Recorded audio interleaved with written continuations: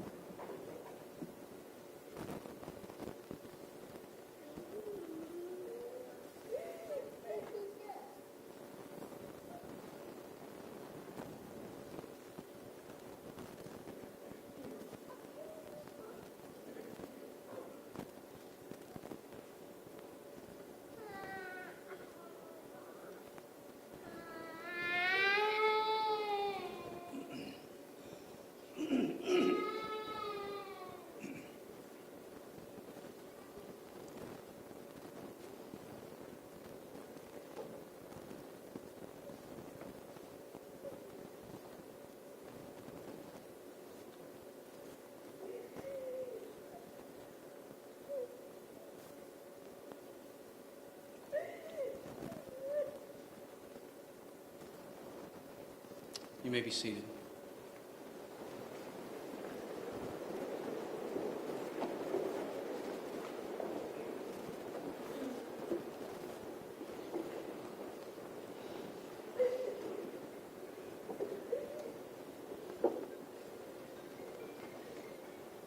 Ladies and gentlemen, once again, please silence your devices.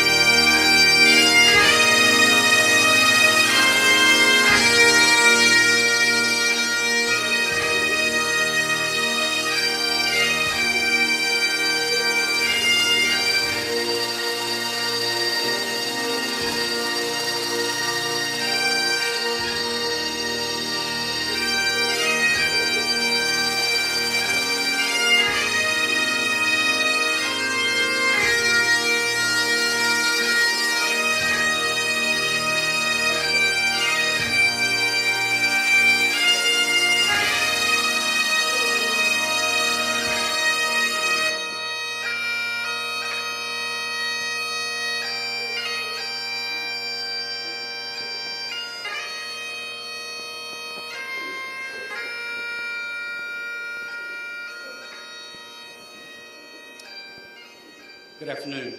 My name is Shannon Bowden. I'm a lieutenant with the Harris County Sheriff's Office. It's my privilege and honor to serve the men and women of this department as their chaplain. I want to thank all of you for being here today to honor this man.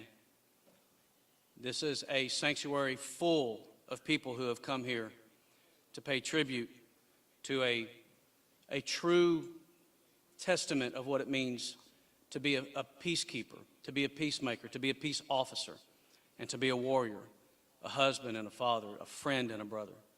We're here to pay honor to his grieving wife, his grieving mother and children, siblings, his teammates here from the Harris County Sheriff's Office, and members of the community who have come out, and members of our local, state governments, and other law enforcement agencies. I'm going to take the time to first and foremost thank the First Assembly family here once again for opening their doors, their hearts of compassion to our Sheriff's Office family. They have always been so gracious to us, and we thank Pastor and his staff for accommodating us every time. And the Bible tells us to give honor to whom honor is due. So could we as a law enforcement community and this family thank this church and family with a hand clap of appreciation.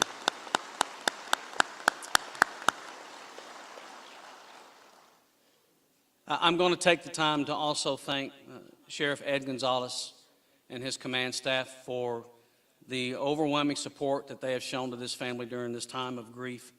And we also want to take the time to welcome and thank other dignitaries that have come here to honor Darren today. Lieutenant Governor Dan Patrick, State Representative Armando Lee, State Senator John Whitmire, Harris County District Attorney Kim Ogg, Commissioner Adrian Garcia, Houston Police Department Chief Troy Fenner, Sheriff Greg Capers of San Jacinto County, Representative Sheila Jackson Lee, Constable Sandlin of Precinct 8 Harris County, Special Agent in Charge Fred Malinowski of the FBI, Constable Mark Herman, Precinct 4 Harris County, Jason Taylor, Regional Chief, Department of Public Safety, Senator Alvarado, Constable Rosen, Harris County Precinct 1, and former HPD Chief C.O.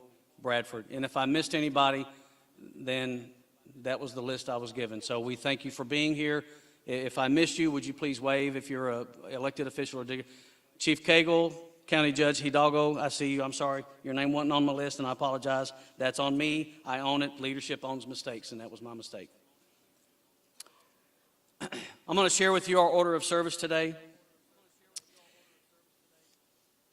When I sit down after I pray and read the obituary, we're going to hear a song, God Only Knows. And then we are going to hear another song, If Tomorrow Never Comes. Then, speaking in this order, and please follow immediately after the person in front of you, Sheriff Ed Gonzalez will come and give remarks as the department head. There will be Sergeant Mark Schmidt, Harris County Sheriff's Office, Sergeant Eddie Rivera, Harris County Sheriff's Office. Miss Flora Zarzosa Almendarez will also give remarks, and Darren's daughter, Andrea.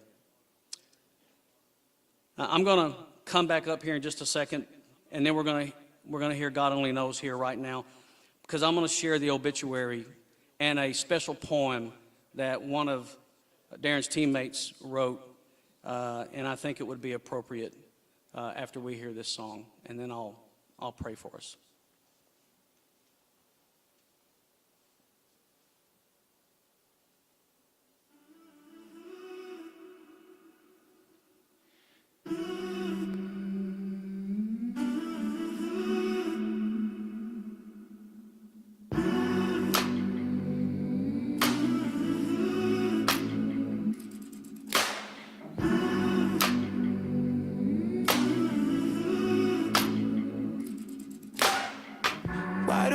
While the world is sound asleep and too afraid of what might show up while you're dreaming.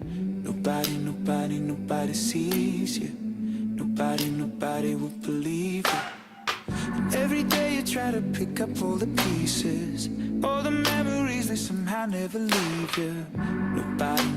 Nobody sees you. Nobody will believe you. God only knows. knows what you've been through. God only knows what they say about you. God only knows how it's killing you. But there's a kind of love that God only knows. God only knows what you've been through. God only knows what they say about you. But God only knows the real you. There's a kind of love that God only knows. There's a kind of love, there's a kind of love. You keep a cover over every single secret. So afraid if someone saw them they would leave. But somebody sees you. Somebody will never leave you. God only knows what you've been through. God only knows what they say about you. God only knows how it's killing you. But there's a kind of love that God only knows. God only knows what you've been through. God only knows what they say about you. But God only knows the real you. There's a kind of love that God only knows. There's a kind of love, there's a kind of love. There's a kind of love, there's a kind of love. For the lonely, for the ashamed, the misunderstood and the ones to blame. What if we could start over? We could start over. We could start over. Oh, for the lonely, for the ashamed, the misunderstood and the ones to blame. What if we could start over? We could start over. We could start over. 'Cause there's a kind of love that God only knows. God only knows what you've been through. God only knows what they say about you. But God only knows the real you. There's a kind of love that God only knows. God only knows what you've been through. God only knows what they say about you. But God only knows the real you. There's a kind of love that God only knows. There's a kind of love, there's a kind of love. There's a kind of love, there's a kind of love. God only knows where to find you. God only knows how to break through. God only knows the real you. There's a kind of love that God only knows.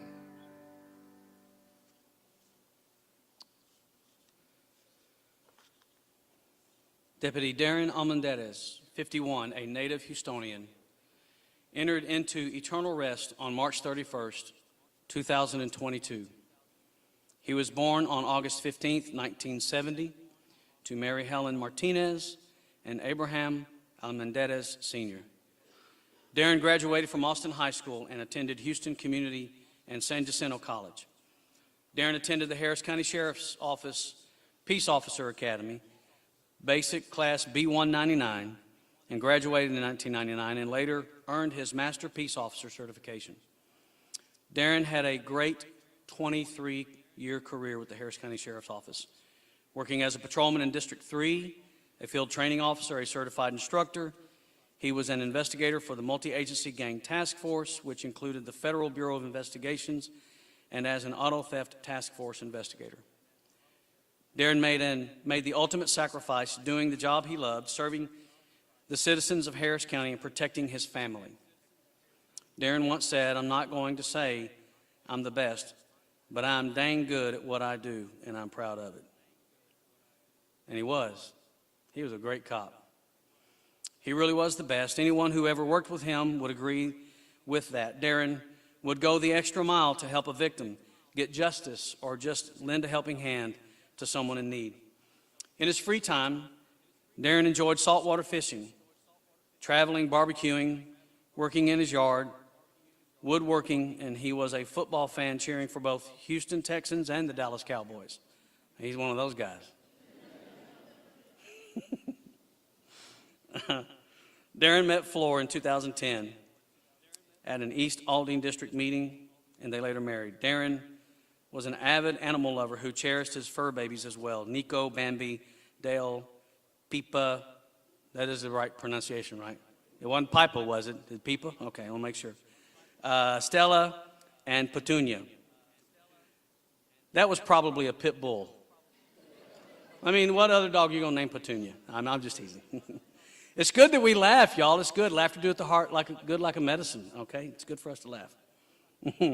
Darren is preceded in death by his father, Abraham Almendarez Sr., his brother, Abraham Almendarez Jr., and 2 rainbow babies, one lovingly named Nicholas. Those left to cherish his memory are his wife of 8 years, Flor M. Zarzosa Almendarez, daughters Andrea Almendarez and Kayla Rios, son Danny Rios, mother Mary Helen Martinez, 5 sisters, 3 brothers, numerous nephews and nieces, numerous extended family members, and of course, his brothers and sisters in blue. And I want to do something. Flor and kids, I want y'all to stand up. Stand up. Turn around, and I want you to look at the sea of witnesses that are here to honor your dad and your husband today. This is how much your daddy and your husband meant to us. And we're here to honor you in his memory. Thank you. I'm going to share a poem with you. And then we're going to hear If Tomorrow Never Comes. Great song. Love that song. And then immediately after that, Sheriff, if you would come. And once again, Sheriff Mark Schmidt and Sergeant Eddie Rivera immediately after Sheriff. And then Flor and Andrea immediately after the 2 sergeants. Manny Martinez shared this with me this morning. He said he's been working on it for many, many years. He is a combat veteran, and he is also one of our fellow brothers here at the Harris County Sheriff's Office. The title of this poem is A True Warrior. A true warrior is chosen by God, for he knows the true potential of the warrior. A true warrior will always put the safety of his people above his own. A true warrior uses brute force only as a last resort. A true warrior seeks justice first over vengeance. A true warrior does not choose the battle chooses him. A true warrior protects all who seek his protection, no matter the creed, religion, or race. A true warrior is a mentor, generous with knowledge and time. A true warrior does not seek glory, he shuns it. A true warrior measures himself by the company he keeps. A true warrior does not fear death, for he knows God is with him. A true warrior knows when to stop the fighting and start healing with those he fought against. A true warrior will follow as well as he leads. A true warrior seeks peace, peace for his country, peace for his people, peace for his family, peace with God, but above all, seeks peace with himself. Author Manuel Martinez IV, United States Marine Corps, United States Army, Texas peace officer. Father, thank you for this day. Thank you for your presence here that we feel.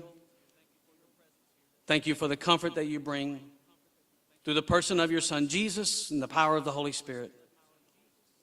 We ask you, Father, to encamp your angels around this sanctuary right now and minister through the power and person of Christ the Lord, and that the Holy Spirit himself would whisper in each of our ears, I will never leave you, I will never forsake you. And Darren is, in fact, at peace. It is in the name of Christ that I pray, and God's people said, amen.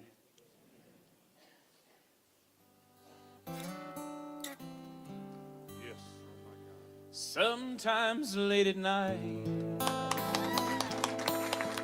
I lie awake and watch her sleeping.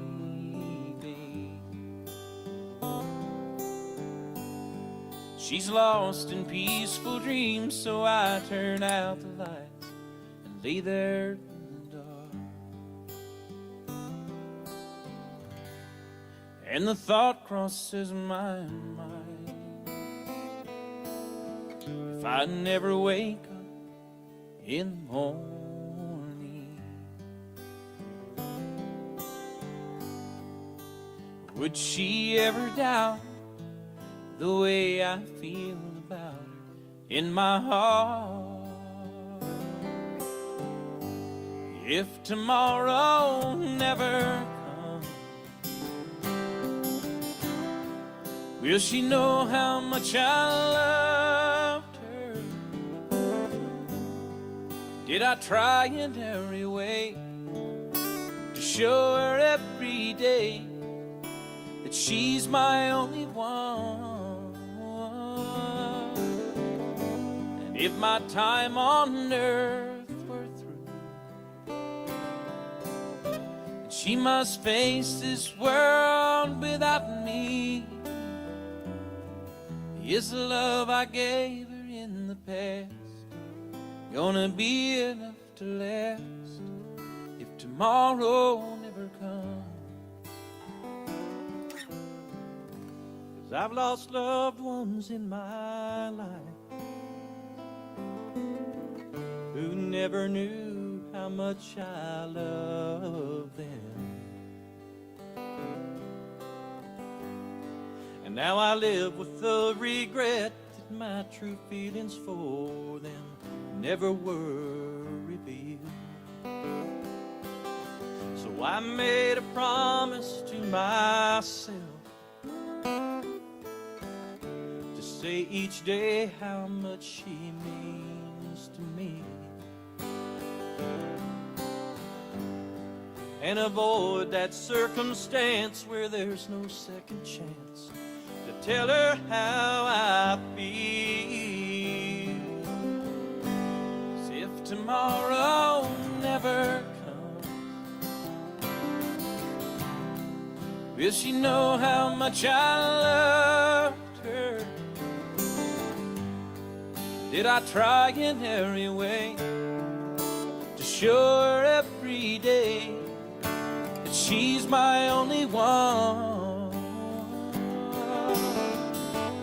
If my time on earth were through, she must face this world without me. Is the love I gave her in the past gonna be enough to last if tomorrow never comes? Hey. So tell that someone that you love just what you're thinking of if tomorrow never comes.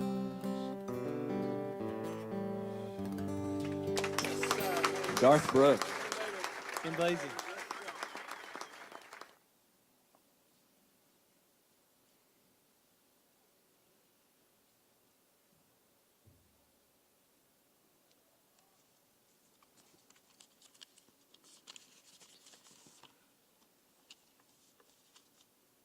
I come before you with a broken heart as we honor the life of a great man and a great deputy. Deputy Darren Almendarez was a hero who gave his last breath in service to his community. We must do better. We cannot allow these assaults on our law enforcement to continue. We understand that bad things happen to good people, but it shouldn't happen to officers who do all the right things while protecting their community. Darren made the ultimate sacrifice, and my heart breaks for his grieving family. Darren made that ultimate sacrifice because that's what he believed in. To his wife, Flor, daughters, Andrea and Kayla, son, Danny, mother, Mary Helen, brother, Steve, and the other brothers and sisters, and all the extended family that are gathered here today. On behalf of the Harris County Sheriff's Office and all the law enforcement agencies that are represented here, our deepest condolences go out to all of you. There are no words capable of providing sufficient comfort. All we can do is pledge our undying support and promise to be by your side from this moment forward. I know there are no words that can ease the pain that we all feel or that can fill the void that this tragedy has left behind. As we take him to rest today, I would ask that you remember this true hero, not for how he lost his life, but for how he lived it. And the real tribute doesn't come from the words that you're going to hear today. Several of us have the unique privilege of being up here to share a little bit of our remembrances of him, our memories, how we knew Darren, But the real tribute comes from all the people that are gathered here today in their sanctuary to pay their respects. That's the tribute, not in the words, but in the tribute to Darren as a man, a tribute to Darren as a deputy. People to come together to pay their respects. And so the turnout here today is not only a tribute to his service in our community, but an acknowledgement of the amazing individual that Darren was, because he sure was. And while many are here today and the sanctuary is full, there's many that couldn't be here today. And I want you to know that that community supports you and the family, loved and supported Darren as well. Because when a police officer dies in the line of duty, an entire community pauses in sorrow. And so there's many people that have expressed their heartfelt condolences. When we pause and think of Darren's professional life, I think it's important to look at it from two ends of the spectrum. Because I think that one thing that exemplified Darren his entire life was his grit, his determination, his love for serving others, his love for teaching, and his love for continuing to learn. That is always evident. One of his first jobs, or his first job, I believe, he was only about 15 years old. And it was at a Whataburger in the East End, on Harrisburg. I remember the place because that's my first patrol beat when I worked 11 District, HPD Magnolia Station. And I met someone that had the opportunity to work with Darren back then. And I told him, well, what was Darren like? What do you remember? He goes, he was incredibly smart, even at 15, incredibly smart, very independent, Steve, very independent. He liked to learn. He liked to teach. He liked to teach. I remember that. He goes, in fact, I remember he taught me one thing that I still remember to this day. And I said, what was it? And he goes, I remember he told me, man, if you wrap one of those pickles around one of the French fries, it's to die for. I haven't tried it yet, but I intend to next time I go to Whataburger. But, you know, they worked together, and they kind of lost track of each other. They each went on their separate paths, and, you know, as sometimes the future works out in mysterious ways, that individual is now one of our investigators. They both ended up being Harris County Sheriff's deputies. Investigator Frankie Prado is now one of our investigators in our violent crimes unit and does phenomenal work. And he's been involved here lately because Darren touched him in so many ways. And he said that same determination and tenacity and the way he was, just it was infectious and lasted him throughout his life. So thank you, Frankie, wherever you're at, thank you for sharing that with us. But he had that grit and determination. He wanted to keep pushing himself, doing better, and that's something that he believed in. He wanted to keep growing and learning. On the second part of his professional career, I believe he also worked at Metro Bank on Capitol Street, I believe. So he kept doing other things, again, continuing to grow.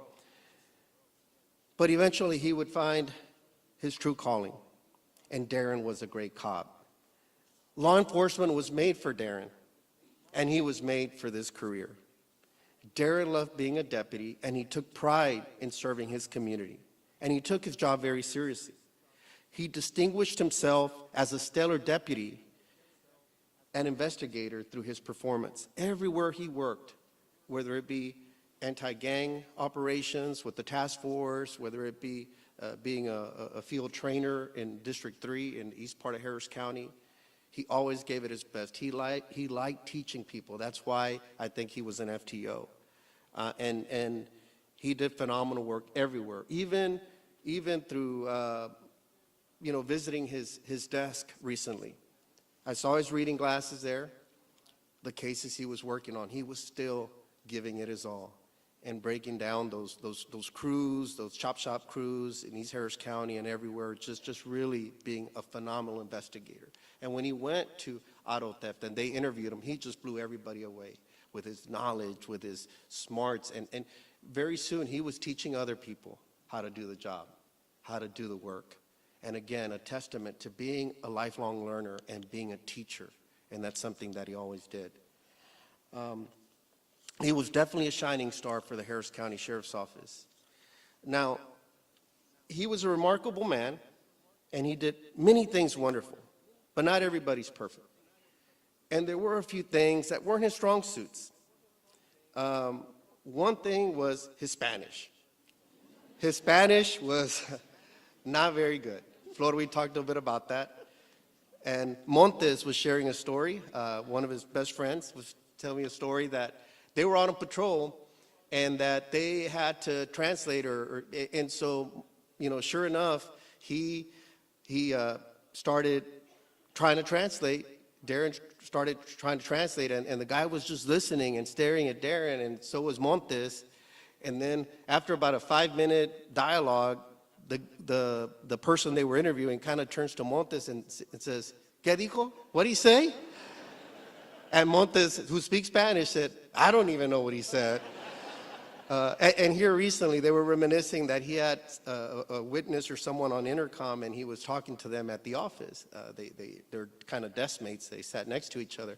And he had someone in speaker, and he reached out trying to help a victim of a crime. And he was, again, say, "Señora, soy el investigador, Almendarez." He started going on through his skill. And after, it was just silence. And after about a few minutes, the female person on the other line says, "Can you just tell me in English?" But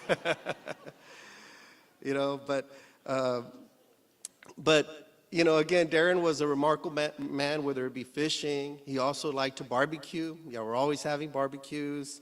And he, again, had this thirst for knowledge and wanting to improve. And I was talking to someone that got to spend a little bit of time with him here recently. I believe Darren was working the rodeo, Flor, and he spent some time working that. And the deputy was unmounted and had her horse, and she noticed that Darren kept staring and looking at the horse and says, "Hey, you haven't seen a horse? What's going on?" He goes, "No." He goes, "I planted some trees or something." And Flor, you're smiling because I think you know what I'm talking about. I don't know if it was lemons or limes or something. And he goes,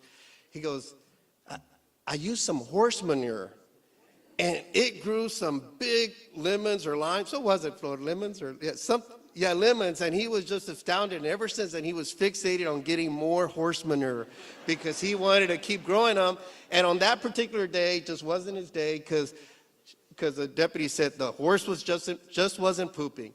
And sure enough, though, they saw an HPD mounted officer, and they said, "Hey, can you come here?" He goes, "Hey man, can you help out this my fellow deputy over here? He's looking for some horse manure because he really wants some for his garden." And he was really focused on that. And the guy says, and Chief Finner, you'll appreciate that. He goes, and the HPD officer said, "Hey buddy, don't worry about it. Just go to our stables over in Northeast Harris County. We'll give you all the horse manure you want, man." So it was close to the house. So I know that was something he was interested in doing. But again, just that inquisitive mind of saying, how can I perfect this? How can it be?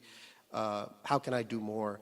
But true to self and true to form, even during that job, for a brief moment there, he was still filing some charges on a criminal that he was pursuing to protect the community. He took a quick break just to file those charges and get him sent because he was still doing his work, even when he loved working.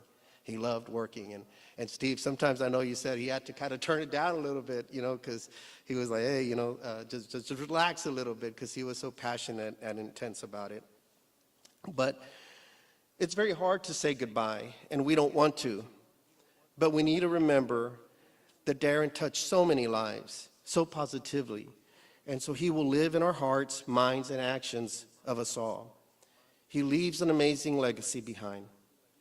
Darren left this world a better place than it was before he found it. And for that, we will always be grateful. He is gone from us today, but his life and service will never be forgotten. Darren touched so many people, and even though his courageous act took him physically, His legacy will live on forever. For those law enforcement officers that continue to serve, I know this is a difficult moment for all of you as well. I know that there's a lot of unanswered questions. I know it's difficult. I know it's difficult. When we pause and we reflect, we give it our all. Is this how it ends? Is this how it ends? You know, I know there's frustration sometimes with the criminal justice system, some of the outcomes, that sometimes it just doesn't seem that all the hard work really paid off. Did we really make a difference? Well, you do make a difference. Darren made a difference. And the way we continue to honor Darren is by doing what he loved to do, is suiting up, putting on that badge, going out and serving and protecting the community. That was in his DNA. That's what he did, and that's what you do. That's why we signed up to do what we do, because we know that at the end of the day, a community depends on us, depends on you. We know that at the end of the day, you care for the welfare of others. That's how Darren was, that's how he was built, and that's how we honor him. We honor him by marching on. We honor him by going forward. We honor him by continuing to be exemplary. We honor him by living up to the ideals that he exemplified for us, by being the best of the best, because that's what Darren was. Many people come into this profession and do good work, but there's some that are a cut above, and that was Darren. That was Darren. There's just some that just come and just perform at a higher level.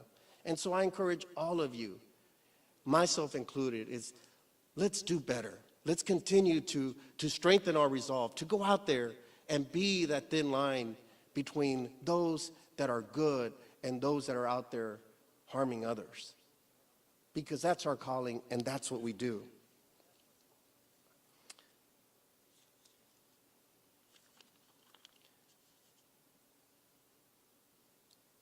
Darren leaves a huge void in our agency, and that's something that will never be filled long after we're gone. His legacy will be here. We are always going to remember him. We're always going to honor him. It's a solemn pledge that we all take to make sure that we're honoring the best among us. And we're going to continue to honor Darren because that's what we do for our fallen. Our community will continue to remember Darren as well. And in closing, I leave you with the words of Dorothy Ferguson. Only a moment you stayed, but what an imprint you've left in our hearts. Rest easy, my friend. You served us well. Now it's our turn. We'll take it from here.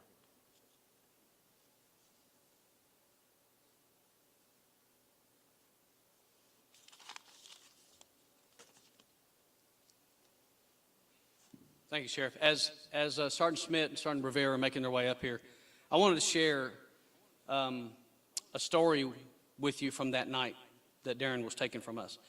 I'm not going to call this young lady out by name or ask her to stand, but there was witnessed on that evening an act of what I consider to be valor by a member of our community.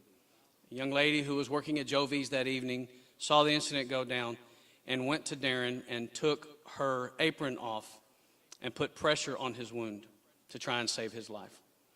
She wasn't like a lot of the other people in our culture and our community today, who the first thing that they pull out is a cell phone to record the images that they see so they can get their 5 minutes of glory on YouTube or Snapchat. She stepped up, she tried to serve, and for that, I honor her, and so will the Lord. Mark, Eddie, y'all come on up.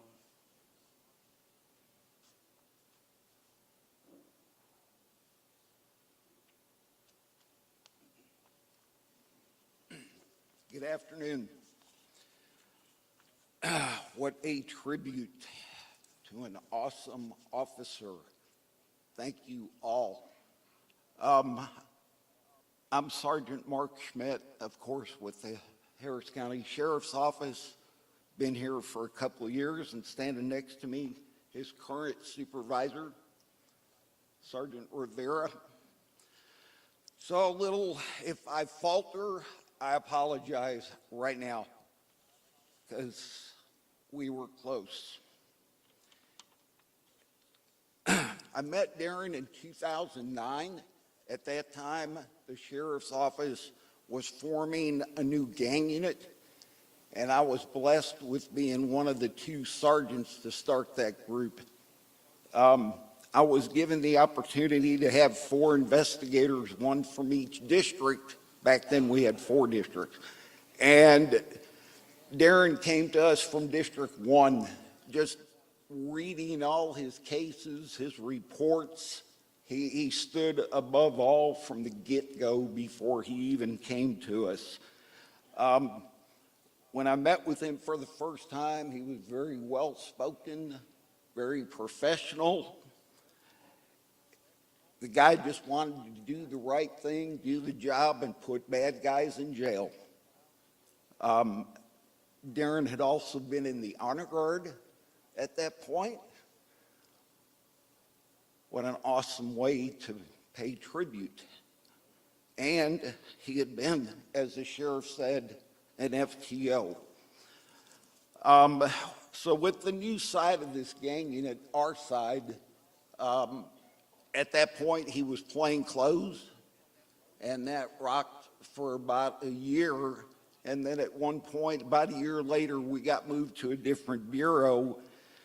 And Darren ended up being back in uniform, being the proactive for our part of the group. And he always did an awesome job at it. He never complained about having to be back in uniform. He was totally good with it. He was heavily involved in doing a lot of traffic stops, a lot of enforcement for all of the agencies at the Texas Anti-Gang Center for several years. On occasion, we'd have a money seizure. And this is where I learned about, the sheriff mentioned the bank. So here we are with this large amount of money stacked up, and watching this guy just, it was like that machine at the bank. It's like, what is the deal? Oh, Sarge, I never told you I used to work at a bank. Oh, okay. And the thing was, his counts were always right.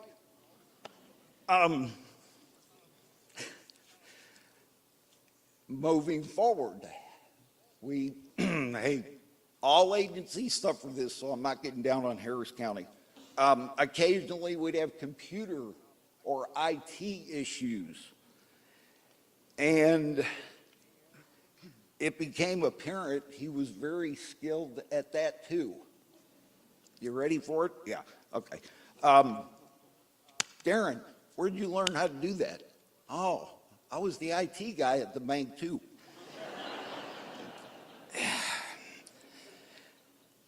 I don't think there was anything electronic that scared this man. He was even our resident Celebrate operator at the Texas Anti-Gang Center. Obviously, as much time as we spent together, there was conversation.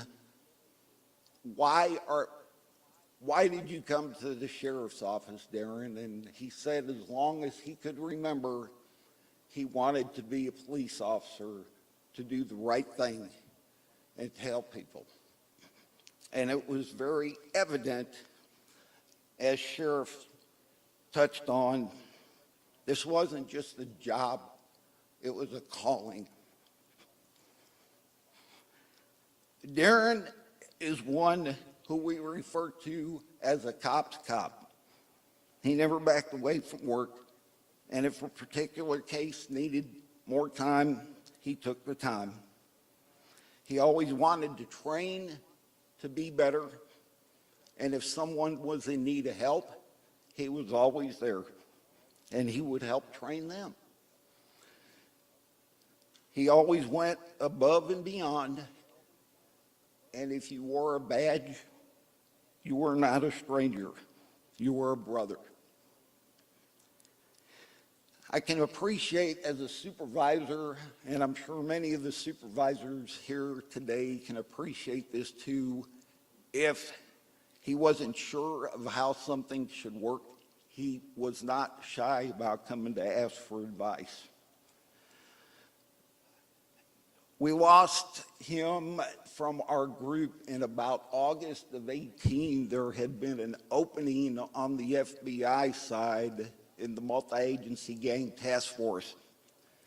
And it was obvious he was the right one to fill that position. And so he was stolen from my group, by then Sergeant Shields' group, and he went over. That's how he ended up over on the FBI side. The good thing was he was still there at the tag, so we saw him on a daily basis, and we still had the occasion to work with him. I think, as I have Sergeant Rivera standing here next to me, he'll agree with me that Darren's dedication and never quit attitude was inspiring in his unit.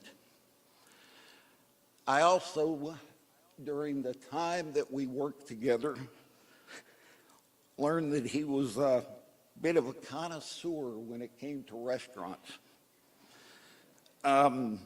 If we were on the tag side, the tag center side of town, it was Papa Gino's for lunch. If you've never been to Papa Gino's, yeah, well, you got to experience it. It's about 3 days worth of calories. Yeah. And if we were on the east side, Champ Burger over on Sampson. Who knew? And going there for lunch, that's where I learned. He filled me in. Hey, Sarge, this is my home area. Darren was always there to help his community. If someone was there that was out there that needed assistance, he was there for them as well. I literally, while we worked together, had seen him feed homeless people during our Sarge, run through Whataburger, let's feed this guy. His willingness to step up didn't stop there, and it was also evident in his off-duty time. During Hurricane Harvey, one of our team members' homes was severely flooded, and he was there to lead the charge to help on the tear down and the cleanup, knocking out sheetrock and pulling nails. He was a very skilled do-it-yourselfer, from auto repair to home renovation projects. And I think the sheriff mentioned he liked to cook on the grill. I think we've seen enough photos today, we know he liked to fish.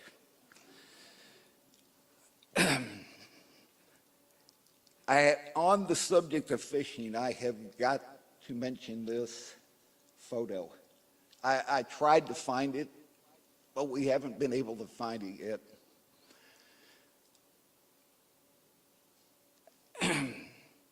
For years, there was a photo that hung at his desk. It was a photo of him and Andrea and a fish. The fish was huge. At that point, Andrea, I think, may have been about 3, and the fish was about as tall as Andrea. Darren's laughing in this photo. Andrea is crying. And I was like, Darren, what did you do to your daughter? Sarge, she was saying, Daddy stole my fish.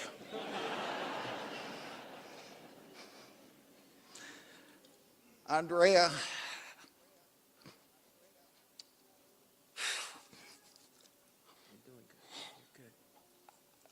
I cannot tell you how much he loved you. I'm sorry. We had so many conversations about you. and he loved you so much. You were his world. Sorry, guys. Floor, he had told me way back that he wanted to marry you, and there was no doubt that he absolutely loved and adored you and wanted to blend your families. And so this led to another, Sarge, what do I do? Sarge, how do I be a good stepdad for Flora's son and daughter? And he asked me this because he knows I'm a stepdad. So there were many conversations on that topic. It was just very important to Darren. He wanted to be the best for y'all and be there for y'all, and wanted your families to blend and be complete. Andrea, Danny, Kayla, you've already seen all these officers in this room. If you don't know what godparents are, today, all of these officers in this room are your godparents. And we are here to watch out and help you however we may. And to Darren's entire family, we're here to support, encourage, and hurt and pray with you, because we're hurting. We know we don't hurt in the same way or as much, but we're there. And I'm going to close with this. In this profession, we are sometimes referred to as the sheepdogs. We defend the sheep, the innocent, the weak, and those who cannot defend themselves from evil. We have lost one of the county's, if not the state's, bravest sheepdogs. He's been a true defender as well as a very close friend. We, along with Darren, are that thin blue line who stand between the law-abiding and the evil, and we must honorably carry on for him. To the criminal justice system and the law-abiding citizens of Harris County, we ask and pray, please do not allow Darren and his family's ultimate sacrifice to be in vain. Brother, you will always be appreciated, remembered, honored, and missed. Rest in peace, Darren.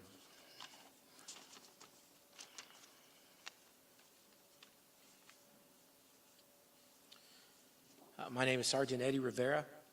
Before you stands one of the luckiest supervisors. I had the pleasure of working with Darren for the last 2 years. He was part of a tremendous group. I'd like to acknowledge auto theft. If you would please stand up.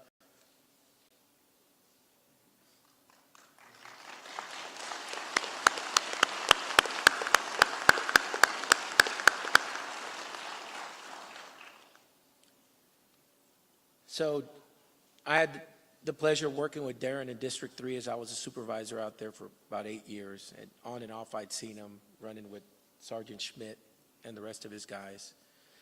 And when I transferred over to auto theft, we had interviews, and I saw his name as being interviewed. Never having interviewed him for anything else. Having sat on a couple of interview boards myself. Darren comes in. Questions were asked, questions were answered, and then some. And they weren't scripted. It wasn't as if he memorized the answer from the penal code or what have you. I mean, he really knew what he was talking about. At the end of the interview, we give the candidates approximately 5 minutes to tell us a little bit about themselves. And here we go.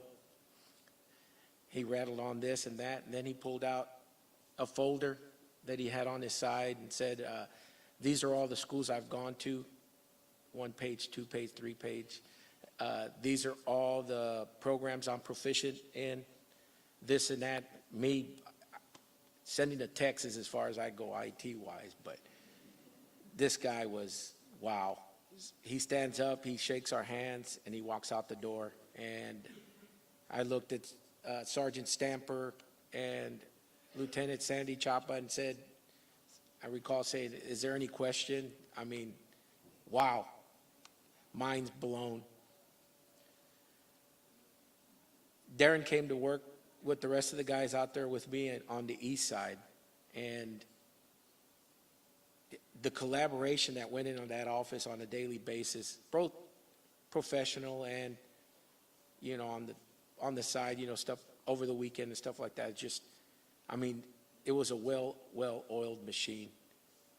You know, in the sheriff's office, we wear a patch, and on that patch it says the Pride of Texas. And Darren exemplified that every single day. I'm going to miss him. As I would come in the office every day and he'd be talking to Miss Dolly, drinking coffee, and he would just say, hey, Sargento. Hey, Darren. How was your day? How's your weekend? And this and that. And then here we go. You know, the sheriff mentioned about the chop shops. If any of you have ever been or seen a chop shop, I mean, it's a mess. I mean, these guys, these crooks, they tear it up. And it's our job in auto theft to put those pieces together and to find out whose vehicles they were and try to let them know if it's theirs. And like the rest of the guys, Darren just, hey, let's go. If it was muddy, he'd put on his rubber boots, his infamous rubber boots. He carried those things everywhere. And he'd get to it, man. He wouldn't leave until everything was done. And sometimes he'd call me, and I thought work was over already, but he'd just come up with something else and something else. And this all came, one of the biggest cases that I've been involved with, and we have, was this organized crime ring that was responsible for, at last count, 5 to 6 chop shops. And he took that thing on, and he took it on full for it. In the Army, we had a saying for these individuals, they're hard chargers, and that's what Darren is hard charger. So in closing, Darren, your sargento's going to miss you. Thank you very much.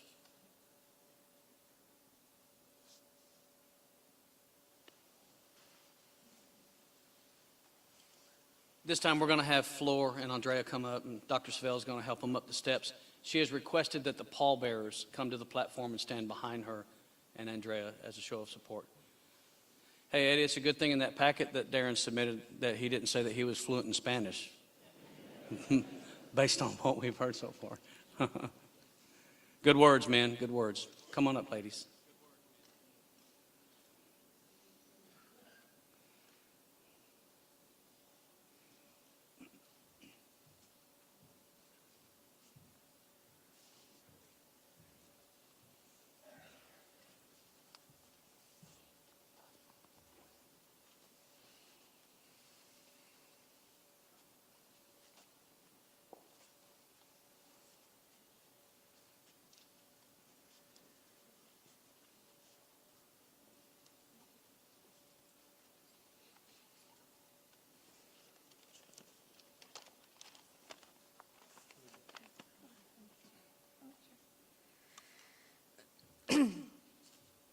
I wrote something down, but I don't think I will need this. I asked these guys to be up here. I know Chris is down there, and Santos. All these guys up here with Darren's brothers. Steve, I thank you for letting me borrow Darren. I know you guys have some crazy stories. And he loved you very much. Daniel, Richard, Javi, you guys were his brothers. I think there was not one day you guys kept in touch. And he shares so many stories with me about you guys.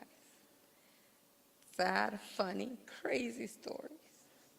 And I appreciate all of you guys for being in Darren's life because you guys meant so much to him. So much. I know, Steve. I was referred to you as his little brother. I love my little brother. You know, he had your back. And I know the last time we went out to dinner, he told me, I know Daniel, Richard, Javi, Chris, they have my back. They will always have my back. He loved all of us. Right now, to me, this is just like a dream. I still can't get those ugly images out of my head. As much as I fight it to keep thinking and having good thoughts and good memories, because we have so many, I just can't. I can't, and I don't know when I will be able to forget that night.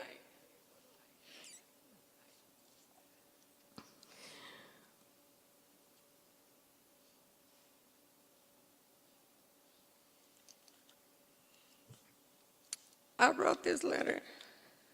I wrote something for Darren. And it is not just, I just wrote it out there. Didn't check spelling or anything. It says, to my love, this is unreal. I cannot begin or even think how to process this nightmare. I miss you so very much, my love. As I sit here in our room, in bed, for the first time since this nightmare, thinking and reading all of your cards and letters you wrote me, I can't help but to cry and want to feel your arms around me so much, my love. Babe, I miss you terribly.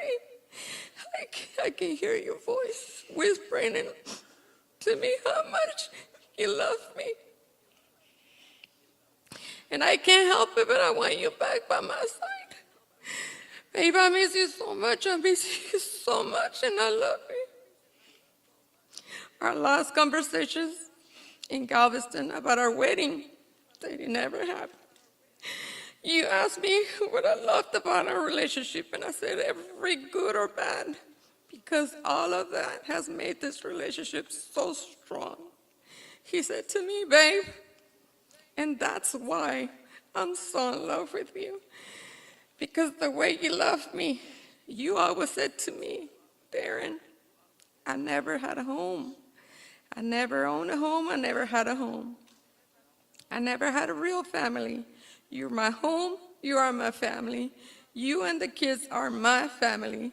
You are my family to me and Andrea. You always apologize for not knowing how to act or how to handle situations. You said to me, I'm sorry. I just never had this kind of love.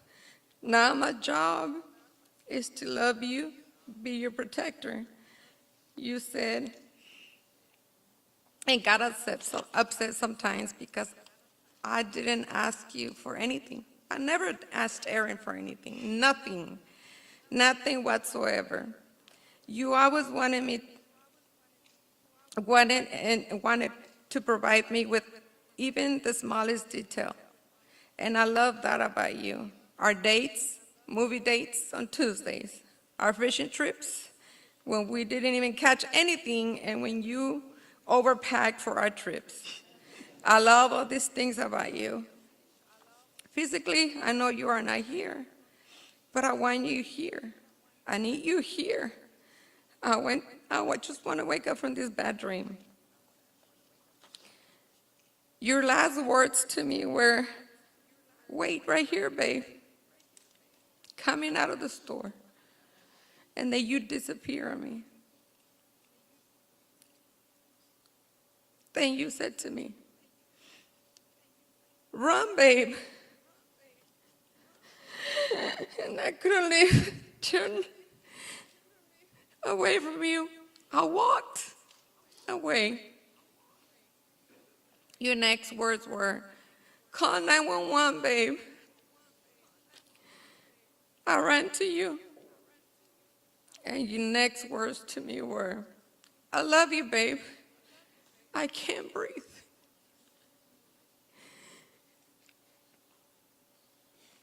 I am so glad I held him one last time. I love you so much, and that you will continue to protect us, my love. I know how much you loved us and your family. I know how much you loved Andrea, the kids, our kids, and all of our pets. Now, as you rest in peace, side by side with our two babies, may you always protect each other, hold each other. Give each and one of them a kiss for me and tell them how much we love them and how we waited and longed for their arrival. I love you so much until we meet again. And thank you, everyone that's here, every one of you. He always had a story. Every day he had a story. And he will say names. And now as I meet people around, they come up to me. I have a face for every story. And I appreciate you guys being in Darren's life, those who knew Darren. Because he was a funny guy, sometimes sarcastic. He always thought he was bilingual. And I am so sorry to say this, but he was a fraud to the county. Because he would cheat. And I always told him, you're just a fraud. My taxpayer money is going, you're wasting it. You're just, a fraud. He will call me before his test to ask me how to say mustache. And he didn't know how. He didn't know how to say firearms. He thought it was a cohete. He thought it was, and that's a firecracker. So we have so many memories. So many memories. He shares so many memories. He took good care of my kids. He's always there. He was always there for my kids. He was always there for the community. My neighbors, the neighbors, everyone. Those who knew Darren, really, if he saw you needed anything, Darren was there to get you, to have your back. Fix it, buy it, however he could. The last one one of the stories that I remember was, one of his deputy retired friends, so he's disabled. I don't remember the name. Clark. Wheelchair? Clark from District 1, yeah. He was in need of a wheelchair. He looked, and I was looking on the phone. I was like, what are you looking for? He goes, I need to buy him a wheelchair. So I started looking on Amazon, and he goes, no, not that kind. So he wanted this very specific kind. So he found this lady far away, I don't know, I think it was in Hockley or Tomball. This lady had a brand new electric wheelchair, $400. So that day he comes home, he goes, babe, let's go get this wheelchair. We drove to Tomball. He was so proud, and he was so happy. We went and picked it up, and that night, it was Darren, Andrea, and me, we went and dropped it off. This man was so happy to have his wheelchair. And Darren was just a very giving person.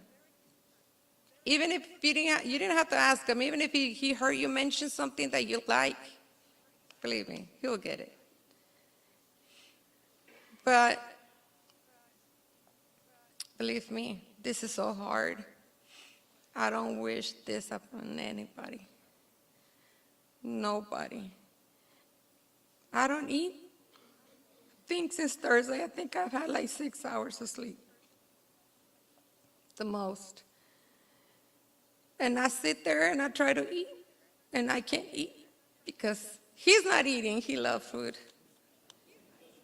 And I can hear him just looking at me and wondering that he wanted his steak. But really, he was a good person. He truly was a good person. Love you, babe.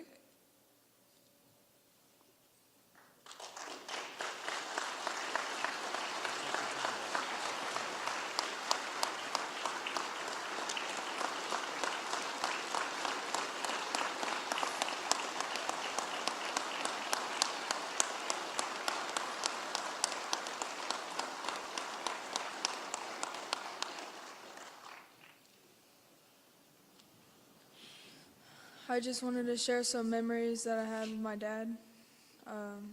So we all know that he was afraid of heights. He was so afraid that one time we went to the carnival to get on the Ferris wheel, he wouldn't go with me, so he made me go with a stranger.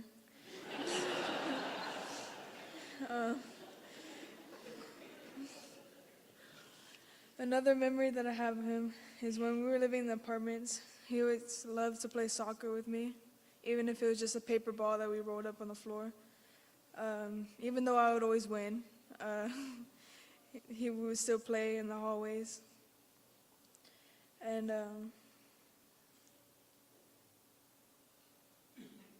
sorry, I forgot where I was at. My last memory was that when I was, this was really funny. When I was mad one time, I went outside and started walking around, and I was just, those bars that swing open and close to park the cars, well, I pushed it, and it came right back at me, and I flipped over it. And I went inside, and I was crying to my dad, and he just started laughing at me. So those are the memories that I have of my dad, but I'm glad I got to spend 14 years of my life as a daddy's girl, and that's all I got to say.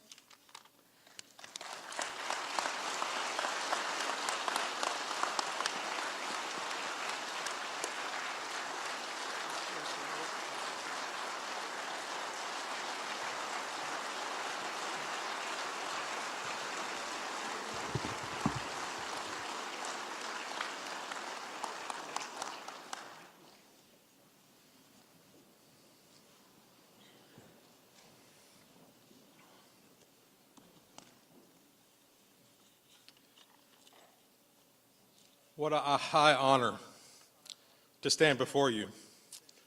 Flora, thank you for trusting me. Mom, God bless you in your heart.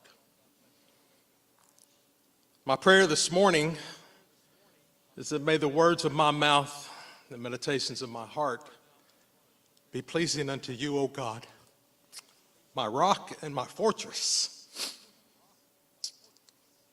I stand before you, I cry as a friend and a brother. I rejoice and am thankful as a Christian because of Darren's profession of faith.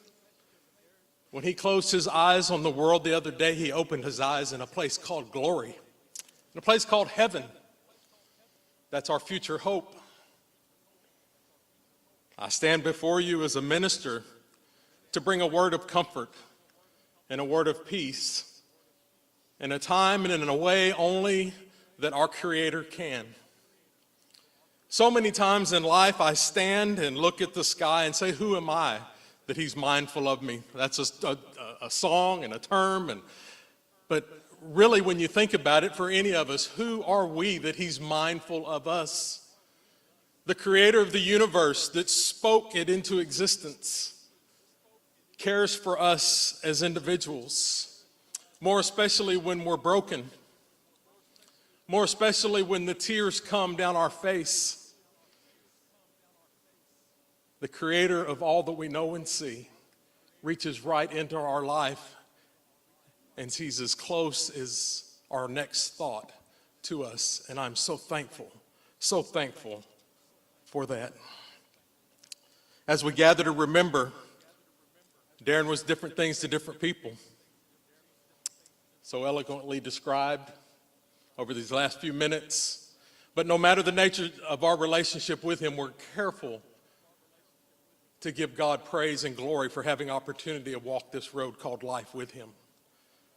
How many people have come and said over and over and over in the law enforcement community, in the community at large, in his family, in jobs that he's had, the impact that he's had.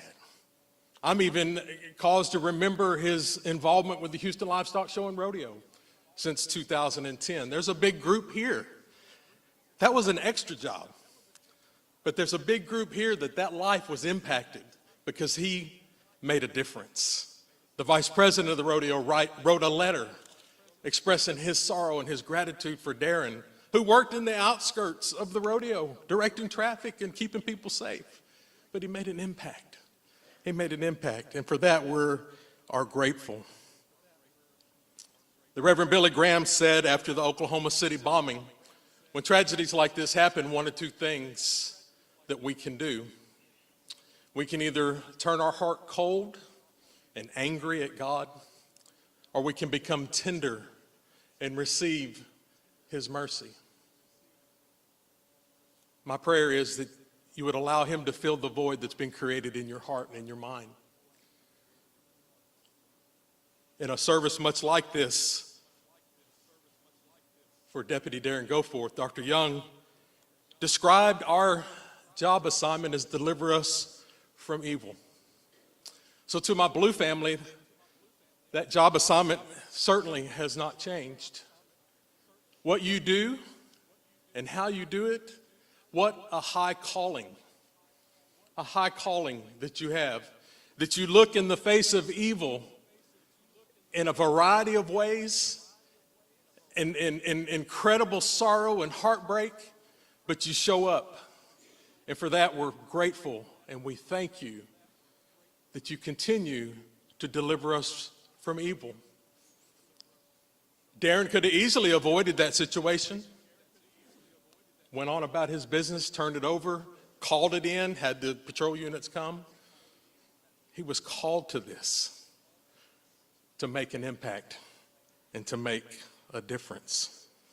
You know, we gather and we don't gather to have answers to all the questions that we'll really never understand. But the big question that we have, and everybody has in times like this, is that question, why? We struggle with that over and over and over, why? But folks, I'm here to tell you that we're finite people dealing with an infinite God. And I resolved this fact many years ago that this is His word, and it's true from cover to cover. And that word tells me that He loves me, that He'll never leave me, He'll never forsake me, He'll deliver me. He is my Redeemer, my salvation. He mends the broken heart. Again, that's my prayer for you today, that you receive that for which He has for you. So I want to share with you from Psalm 34:18. It says, "The Lord is near to the brokenhearted. He saves those who are crushed in spirit." An author and biblical counselor, Dr. Robert Kellerman, wrote, "We live in a fallen world that often falls on us. When it does, when the weight of the world crushes us and squeezes the life out of us, we need hope. Each of us have countless experiences of the fallen world falling on us. Some may even be small, some may be large, some may be extremely tragic. But when the fallen world falls on us, we absolutely have hope. This verse offers two reasons to take hope in times of trial and tragedy. First, we are promised that our Heavenly Father is near to the brokenhearted. The Creator is near to you and to your broken heart. When the fallen world falls on us, it often leaves us feeling very alone. In times of immense hurt and pain, it's easy to feel like no one else sees and no one else knows, no one else understands what we're facing and how we're hurting. Even in the most supportive of family and friends, we can't be there 24/7, 365. The pain is then compounded by the sense of aloneness that comes with it. God speaks in those moments that He is near to the brokenhearted.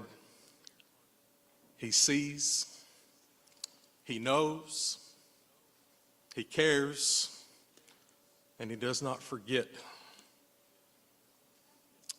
What a comfort and hope we have in knowing our Heavenly Father is near to us in our brokenness. He does not leave us alone. He's not unaware or He's not carefree. He's not standoffish, but He's acquainted with our feelings of infirmities. He is near, and He tells us so that we can find hope in Him. Second, the verse promises that God saves those who are crushed in spirit. God may save us by comforting us in all our troubles, according to Corinthians, by delivering us from the peril we face, also in Corinthians, by inwardly renewing us and reminding us of an eternity to come, or by making His grace absolutely sufficient for all of us. Regardless of how God specifically acts to save us, we are assured that even in our great affliction, His mercies are new to us every morning, and His faithfulness is great. Ultimately, we know that God will save His people in the new heaven and in the new earth.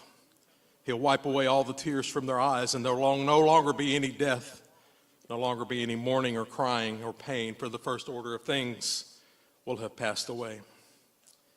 So our hope comes before and because of that future that we have. When we're all gathered around the throne room together, because of that profession of faith, and I encourage you folks, don't leave this place if you haven't settled and you haven't done that business with God through His Son, Jesus Christ. The simplicity of the gospel message, I believe in my heart and I confess with my mouth that Jesus is Lord. Then heaven is our home, and that Darren is there waiting for us, and that we're reunited again around the throne forever and forever and forever. As we're in this Easter season, coming up on Good Friday, that first Good Friday, there was a group of people called Jesus' disciples and His friends who were crushed in spirit, who were heartbroken and had more answers than they had, or had more questions than they had answers, and they didn't understand. They didn't understand because they thought that kingdom was going to be set up here on earth and all was going to be well. They didn't understand why their friend, the man who they had followed, was suddenly being beaten and crucified. And then they watched Him die. That was Friday. But I love that poem. There's one that's out there that said, it may seem like Friday, but Sunday's on the way. This may seem like your Friday, but Sunday is on the way, because on that Sunday morning, that stone was rolled away and Jesus came forth, conquering death, hell, and the grave. And that's the hope that we have. That's the power that we have. That same power that raised Christ from the dead is alive and well in us today to heal our hearts, to heal our crushed spirits. He's only as far as away as our next thought. Darren honored us by the manner in which he lived his life, the manner in which he served his community, and the manner in which he loved his family. And we're just called to remember, not to remember the things that he did, but to remember him. Our faith tells us that he's in the presence of the Almighty, but how does Darren continue to live within us? Because we continue to tell his story. The law enforcement community says we will never forget. Brother, we've got it from here. We'll never forget. We'll never forget. Well, I stand and publicly say we will never forget, that we will continue to tell Darren's story. We will never forget him, nor the last time we saw him. You see, the other night, he slipped the bonds of this earth to touch the very face of God. How do we respond as a community? 2 Chronicles 7:14 is a good way to start, Mom. If my people who are called by name will humble themselves and turn from their wicked ways, seek my face, then God says he'll hear from heaven and he'll heal their land. Folks, we need healing. This family needs healing in their hearts and in their minds. This community needs healing. This nation and this world needs healing. So I'm asking that you commit to that you seek his face, that we humble ourselves, that we ask for his forgiveness, and allow our Creator to heal our land. God bless you today.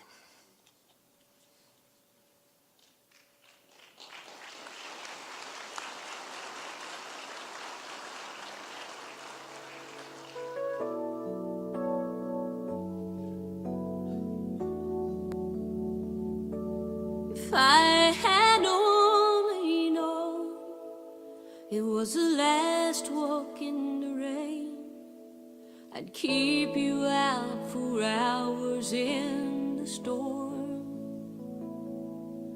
I would hold your hand like a lifeline to my heart. Underneath the thunder we'd be warm. If I had only known it was was our last walk in the rain.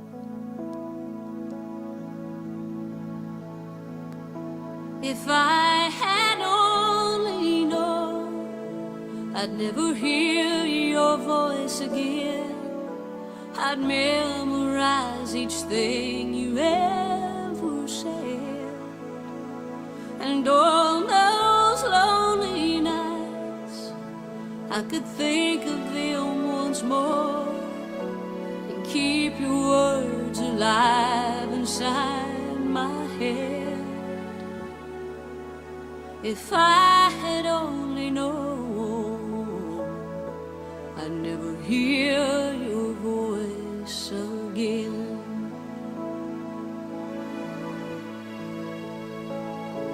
You were the treasure in my hand. You were the one who always stood beside me. So unaware, I foolishly believed that you would always be there. But then there came a day and I turned my head and you slipped away.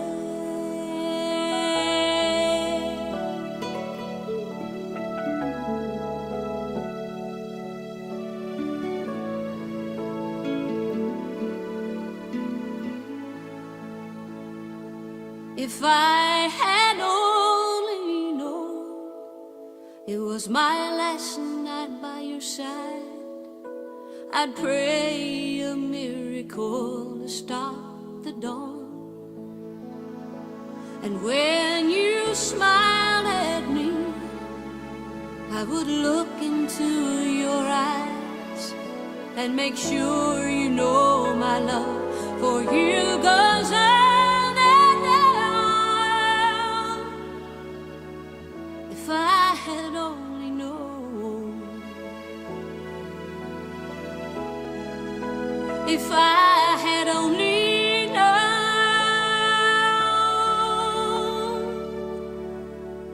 oh, the love I would have shown if I had only known.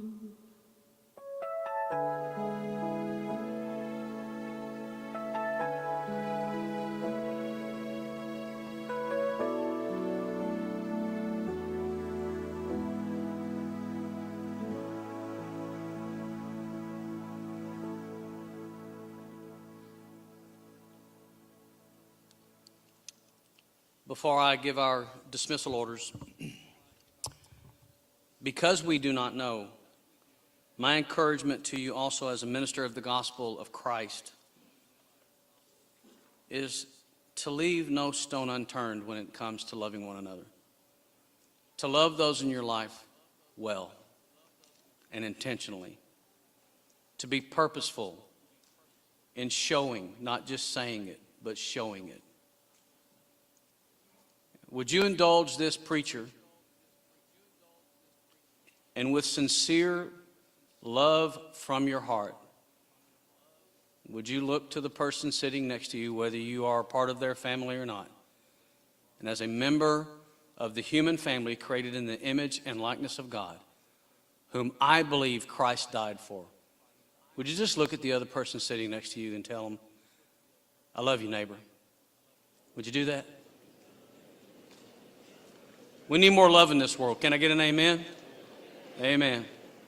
All right, we're going to follow a specific dismissal order, and we need to do so smartly, but in good order. So the first that I'm going to dismiss is going to be auto theft and tag. Would you please stand? You're going to go out those double doors right there and follow the leading of our honor guard. By the way, I heard some phones ringing after I told y'all twice not to. Would you, street cops who are local, county, city, or state, show them feds how to turn their phones off, please?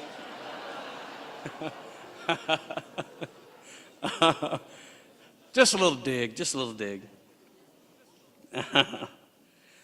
Harris County Sheriff's Office captains, would you please stand wherever you are and exit out those double doors right there.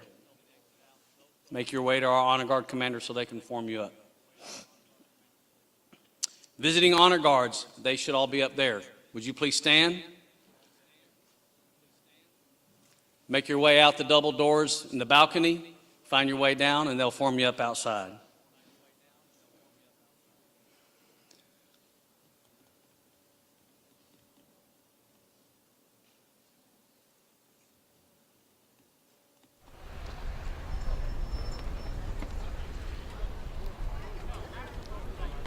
Command staff and dignitaries, stand fast. All uniformed officers up there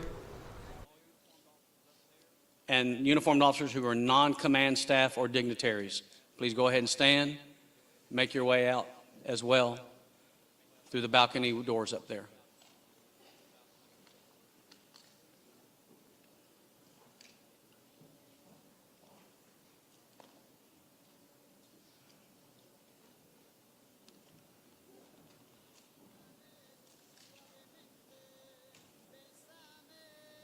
If there's families seated in the overflow, y'all can go ahead and start making your way down here, because we're going to let y'all file out the double doors on the floor level. Any family that was in the overflow, make your way down here, please.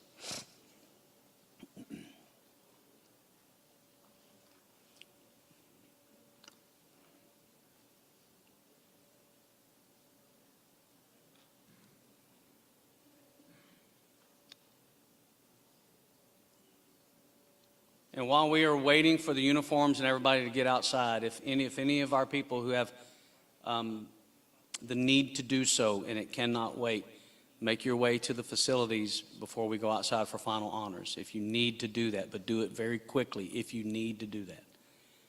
Please be speedy.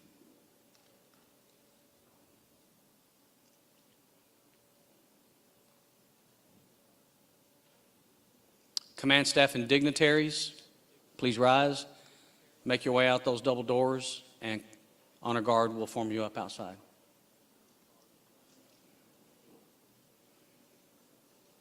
And then other than my extended families, any civilian personnel up